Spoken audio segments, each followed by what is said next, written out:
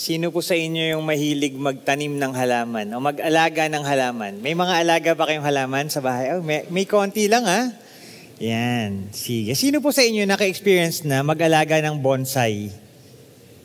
Yan, wala. Medyo mahirap po yatang alagaan yung bonsai. Recently, I have been fascinated watching videos about bonsai. Kung nagpe-Facebook po kayo, meron isang Filipino content creator na ang ginagawa niya, naghahanap siya ng mga puno na tumubo sa crack ng mga pader. Yan, nandiyan sa picture, papakita natin. Yung ganyan, parang ganyan. So, lalakad siya sa kamay nilaan o kung saan man siya nandoon, hahanap siya ng mga halaman or puno na tumutubo lang sa mga tabi-tabi. Tapos, ang tawag niya dyan, rescue. I-rescue po niya yung puno, bubunutin niya, lilinisan, at gagawing bonsai. Tapos, kung babrowse ninyo yung kanyang Facebook page, makikita nyo doon yung development ng mga bonsai na kanyang tinatanim galing sa kanyang pagre-rescue. If you know the process of taking care of a bonsai, you know that the tree or that plant went through a lot but for the better. So, walang nagbobonsai dito. Alam natin na mahirap pong gawin yon. Pero, minsan iniisip ko, mukhang kaya kong gawin So, gusto ko pong subukan. Kaya nga lang, wala akong skill para gawin yon. Kahit yung simpleng pagtatanim, ay medyo nahihirapan po akong magpatubo. Yan. It's just amazing that kind of plant na parang wala naman ng saysay, bubunutin na lang at itatapon dahil nga hindi healthy para sa pader din na merong nakatanim on the crack dahil pag lumaki yan ay sisirain niya yung pader.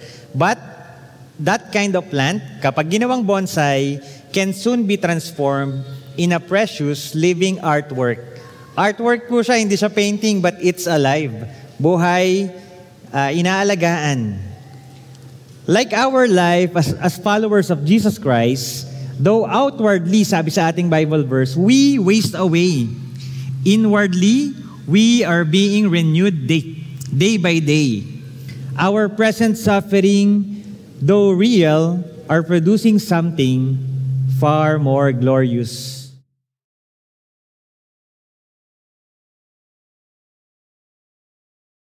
We are growing, we are thriving, we are transforming into God's living work of art. The Apostle Paul wrote 2 Corinthians approximately a year after he wrote 1 Corinthians and a year before he wrote his letter to the Romans. The letter is an encouragement to the Corinthian believers that even in sufferings, God reveals His glory. Even in trials, poverty, and persecutions, God's love remains and it surpasses all the sufferings that the believers experience for the sake of the gospel of Jesus Christ. Our passage today is about Apostle Paul's encouragement to the Corinthian church to remain faithful to the gospel of Jesus Christ and endure the sufferings for the sake of their faith. He assures the believers of the eternal glory that surpasses trouble that they are experiencing in life.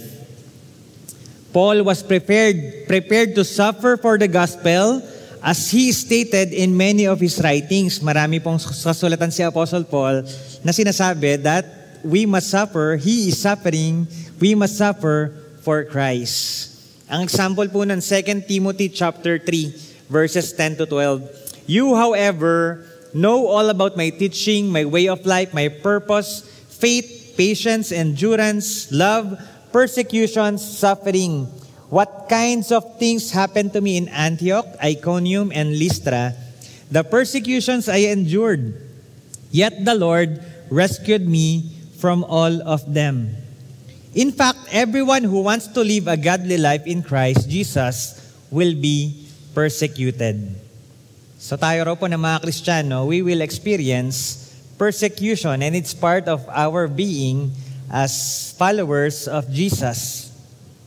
No matter how hard the circumstances of this life are, the glory of eternity far outweighs and outlasts anything that can happen to us now. Paul's confidence is in the unseen things that will never end, not in the visible things of this life that will quickly be gone. Therefore, as followers of Jesus, we are called to endure suffering. The troubles we experience become moments where His hand is actually transforming our hearts. In trouble, He transforms us, molding our character so that our lives will reflect His righteousness, His love, and His justice.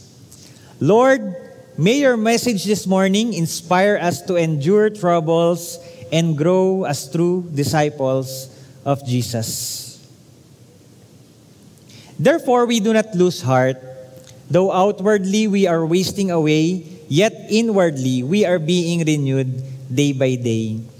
In this letter to the Corinthian believers, the Apostle Paul urges them not to lose heart, even though the trials and suffering they endured for the sake of their faith in Christ.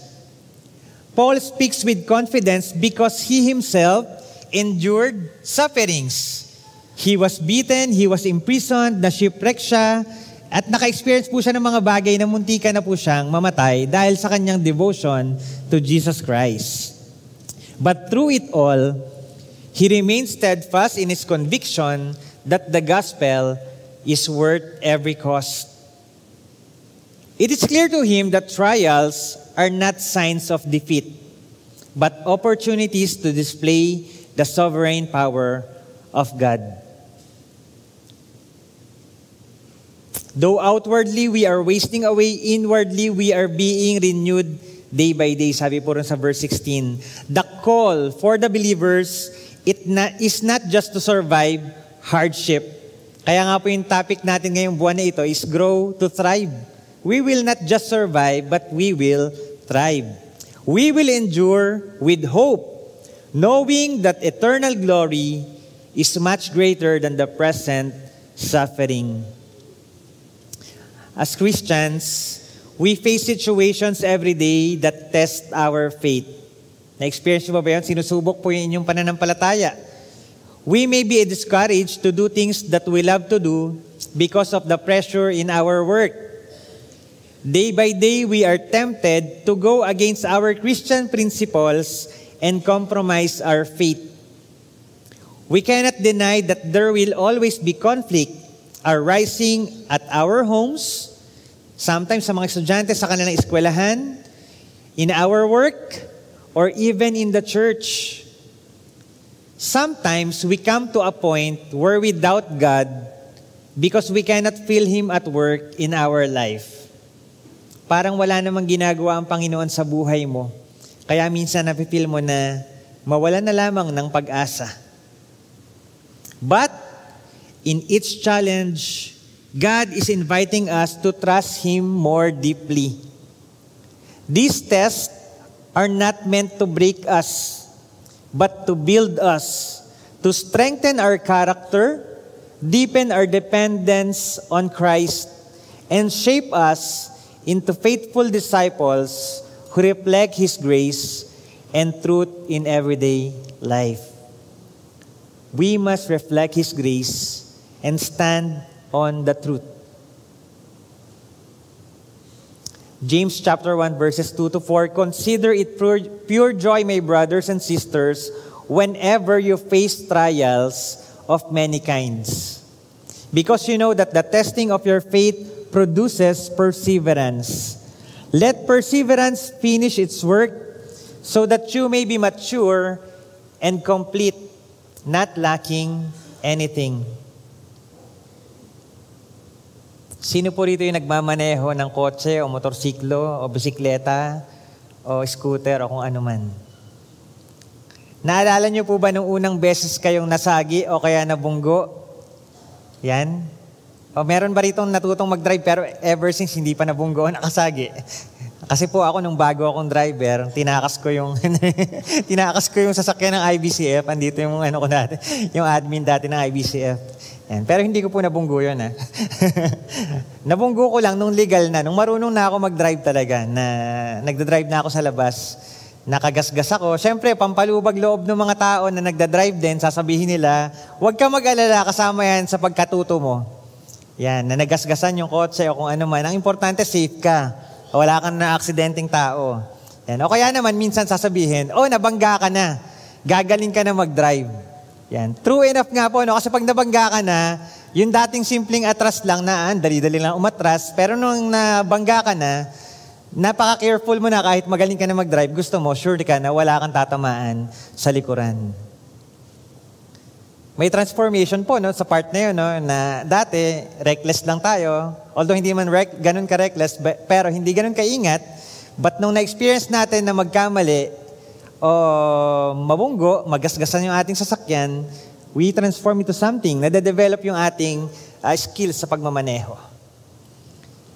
Though outwardly, you will see the visible damage of your car, at everyday, pag gising mo sa umaga, dadaan ka sa kotse mo, makikita mo na may damage yung pintura, may panghihinayang, kalungkutan, dahil ipaparepair mo na naman yung kotse mo, gagastos ka na naman.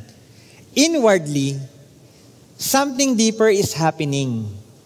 You are developing character and learning valuable lessons that help you grow from your past situations. So do not lose heart. Hindi lang po ito patungkol sa kotse o sa nagasgas mong sasakyan.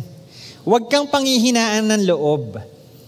Hindi man natin maitatago ang nararamdamang kalungkutan kung may pinagdaraanan tayong mabibigat na pagsubok sa ating puso, sa ating buhay.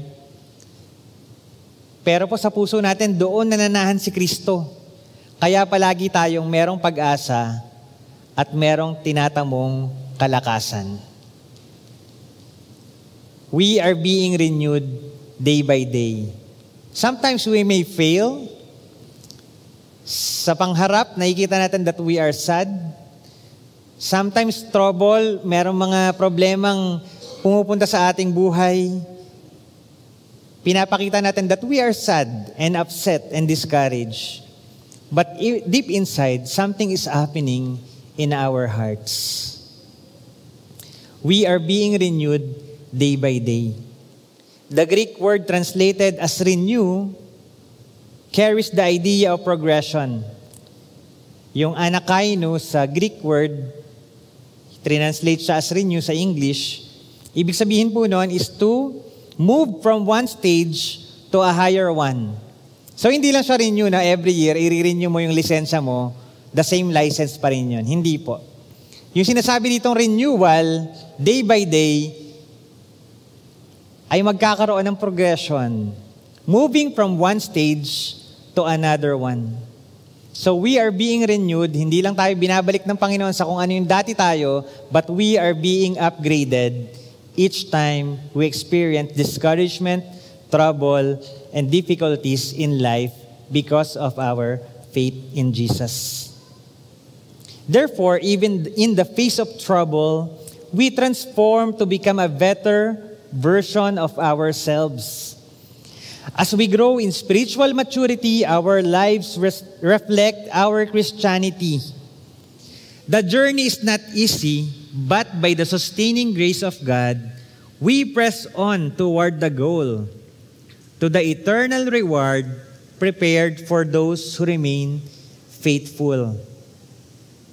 Verse 17, for our light and momentary troubles are achieving for us an eternal glory that far outweighs them all.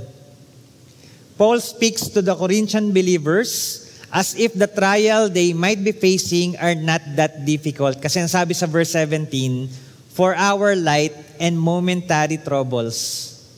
Light lang daw, magaan, momentary, minsanan na troubles. Kung hindi po natin alam ang matinding paghihirap na dinanas ni Apostle Paul dahil sa kanyang pananampalataya kay Jesus, baka isipin natin na madali lang ang buhay Kristiyano, na parang simpleng mga pagsubok lamang ang haharapin natin sa buhay. Ang buhay ng Kristiyano ay, yan, yung mga medyo may kaidaran, alam po nilang kasunod sa kataga na yun. Ang buhay ng Kristiyano ay masayang tunay, katulad ng dating popular na awitin ng mga kabataan ngayon, baka hindi na nila alam yan. Masaya nga tunay ang buhay Kristiyano dahil sa kabutihan ng Panginoon, pero hindi po natin maiiwasan ang dumanas ng pagsubok. At sa pagsubok na yon, matitesting yung ating kasiyahan bilang mga Kristiyano. So yung mga na-experience ni Apostle Paul, he was beaten, imprisoned, and even stoned. He survived shipwrecks and was in danger from robbers, enemies, or even fake friends. He faced hunger, sleepless nights, cold and pain, and on top of that, he carried the heavy responsibility of caring for churches. Nako, pabigat pala kay Apostle Paul yun. Kasi he's pastoring many churches, diba? Nagsasend sa mga letters sa mga local churches. So it is one of his difficulty, how to take care of the churches in Corinthians, in the Ephesian churches, and other churches nung time na yon. So when Paul says, light and momentary troubles, he is not saying that suffering for Christ is easy. What he means is that compared to the eternal glory God is preparing for us, the pain that we experience here in our earthly life is small and temporary. Yung mga pinagdaraanan po nating pagdurusa sa buhay, kahit gaano pa kabigat yan, napakaliit lang po niyan kumpara sa tatanggapin natin na glory kung tayo magpapatuloy sa ating pananampalataya sa piling ng Panginoon. Paul teaches us to look beyond the pain and focus on what God is doing through it. Our suffering is not wasted. It's preparing us for something far greater. Sabi po sa Enduring Word Commentary, why is our affliction light and not heavy? Because even the worst of it, by the measure of eternity, is but for a moment. Gaano po kabigat ang ating pinapasa na problema rito sa mundo dahil sa ating pananampalataya kay Jesus, maliit na bagay lang po yun kumpara sa buhay na walang hanggan. Sometimes meron tayong na-experience ding mga trials and difficulty dahil sa sarili nating kagagawan. Hindi po yun, hindi yun counted doon. Yan. When we experience trouble and life trials because of our devotion to Jesus, yun po yung binabanggit dito. Pero kung kagagawan mo yun, ginawa mong mali, kaya ka nagkakaroon ng problema ngayon, iba pong usapan yun. Ibang Bible verse yung para doon. Romans chapter 8 verse 17b, if indeed we share in His suffering, in order that we may also share in His glory. As our faith is tested, our endurance is stretched, our hearts are transformed. We are being prepared for the eternal banquet where every nation, every tribe, people, and language will stand before the throne and before the Lamb in worship. Marami pong pagsubok ang buhay, makakaranas tayo ng hirap, lungkot, at kabiguan. Pero sa passage natin, ang mga ito ay pansamantala lamang kumpara sa walang hanggang kaligayahan na masusumpungan natin sa piling ng ating Panginoong Hesukristo. Magtiwala ka at kilalanin si Jesus bilang Diyos at tagapagligtas ng iyong buhay. Revelations 22:12-13, at sinabi ni Jesus, makinig kayo, darating ako. Dala ko ang mga gantimpalang ibibigay sa bawat isa ayon sa kanyang ginawa. Ako ang Alpha at ang Omega, ang una at ang huli, ang simula at ang wakas.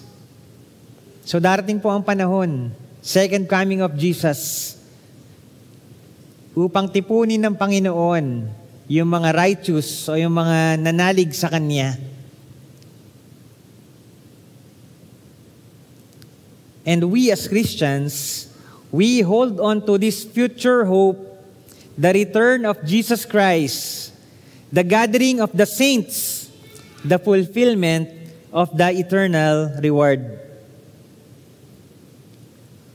We are transformed as we turn away from what is temporary and refocus our eyes on the heavenly, the eternal realities of dwelling in Christ. So we fix our eyes not on what is unseen, but on what is. So we fix our eyes not on what is seen, but on what is unseen. Since what is seen is temporary, but what is unseen is eternal. Paul closes chapter 4 with a powerful shift in perspective. He invites the believers to fix their eyes not on the visible, but on the invisible. Not on the temporary, but on the eternal. This is not a call to ignore the reality of life. Hindi po natin kakalimutan na meron pa rin naman tayong problema ang kinakaharap. Hindi tayo masyadong forward-looking na hindi na natin poproblemahin na hindi na natin susolusyonan yung mga problema natin ngayon dahil iniintay na lang natin yung second coming of Christ. Yan, hindi na tayo magpapagawa ng bahay, hindi na tayo magpapaaral ng mga anak kasi paparating na si Lord. Yan, hindi po ganon. Hindi po natin kakalimutan ng mga bagay na yun. But we will live out through the lens of eternity. We have this future hope of the coming of Jesus. Temporary lang po yung ating pagiging resident ng mundo dahil hindi dito yung ating tunay na tirahan. But while we are waiting for Him to get us His second coming, we will live out with that kind of perspective that this is not permanent. Ang permanente po ay ang ating residence sa langit, sa kaharian ng Panginoon. The things we see and experience, like pain, sufferings, persecutions, or even success and comfort, will all come to pass. Yung mga pagdurusa nating na-experience, or even yung mga tagumpay, lahat po ng mga yan ay temporary lamang. But the things we cannot see, the presence of God, His promises, the hope of glory, these are eternal. It will last forever. So to fix our eyes means to intentionally focus, setting aside all the distractions. It is a daily discipline of faith to look beyond what the eyes can see and gaze upon the grace of God, trusting His eternal promises more than our present circumstances. Hebrews 12:2, fixing our eyes on Jesus, the pioneer and perfecter of faith, for the joy set before Him, He endured the cross, scorning its shame, and sat down at the right hand of the throne of God. Let us fix our eyes on Jesus. Let us run the race with endurance. When we focus on the heavenly instead of the temporary things around us, we find strength to keep going. So if you're losing hope, kung nangihina ang iyong pananampalataya, refocus on the heavenly. Look unto Jesus. Don't look at the people around you. Don't look at what is yours, kung ano ang mga sitwasyon na nangyayari sa buhay mo, but focus on to Jesus. 2 Corinthians chapter 4, verses 7 to 12, ito yung verses before sa ating passage. But we have this treasure in jars of clay, to show that His all-surpassing power is from God and not from us. We are hard-pressed on every side, but not crushed, perplexed, but not in despair, persecuted, but not abandoned, struck down, but not destroyed. We always carry around in our body the death of Jesus, so that the life of Jesus may also be revealed in our body. For we who are alive are always being given over to death for Jesus' sake, so that His life may also be revealed in our mortal body. So then, death is at work in us, but life is at work in you.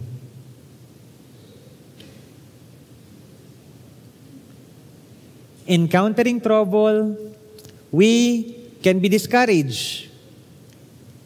Yung mga problema natin sa buhay, it tempts us to give up. At meron po tayong mga kasama, mga kakilala, who fall away from their faith because of the heavy problems they have experienced.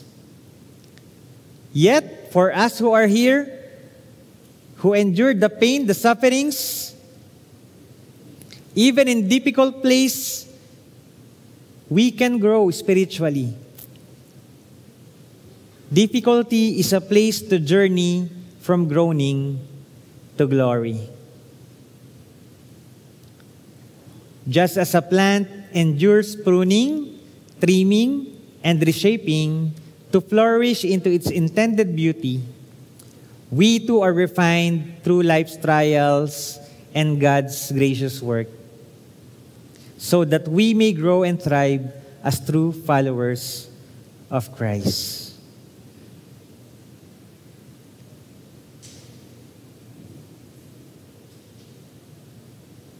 What troubles your heart recently? In what ways God transforming you to deepen your trust and sustain your passion for serving Him?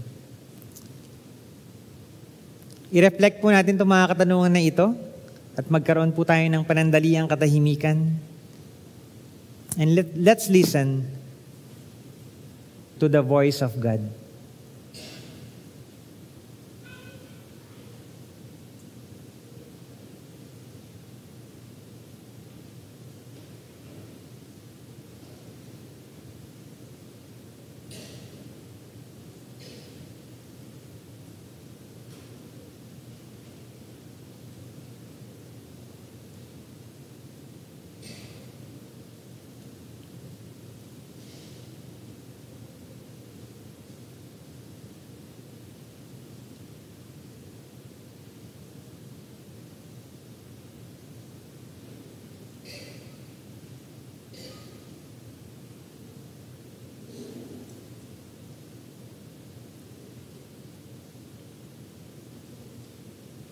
Salamat, Panginoon, sa inyong mensahe sa umagang ito. Kung may nadaraman man kami, Panginoon, na kalungkutan, discouragement, trouble, or nakaka-experience kami ng sufferings and persecutions dahil sa aming pananampalataya sa inyong anak na si Jesus, dalangin namin, Panginoon, na magpatibay po ito ng aming spirito so that we can endure and remain faithful to you until the end. Salamat sa iyong grasya. Salamat, Panginoon. Ito po ang aming dalangin sa pangalan ni Jesus. Amen.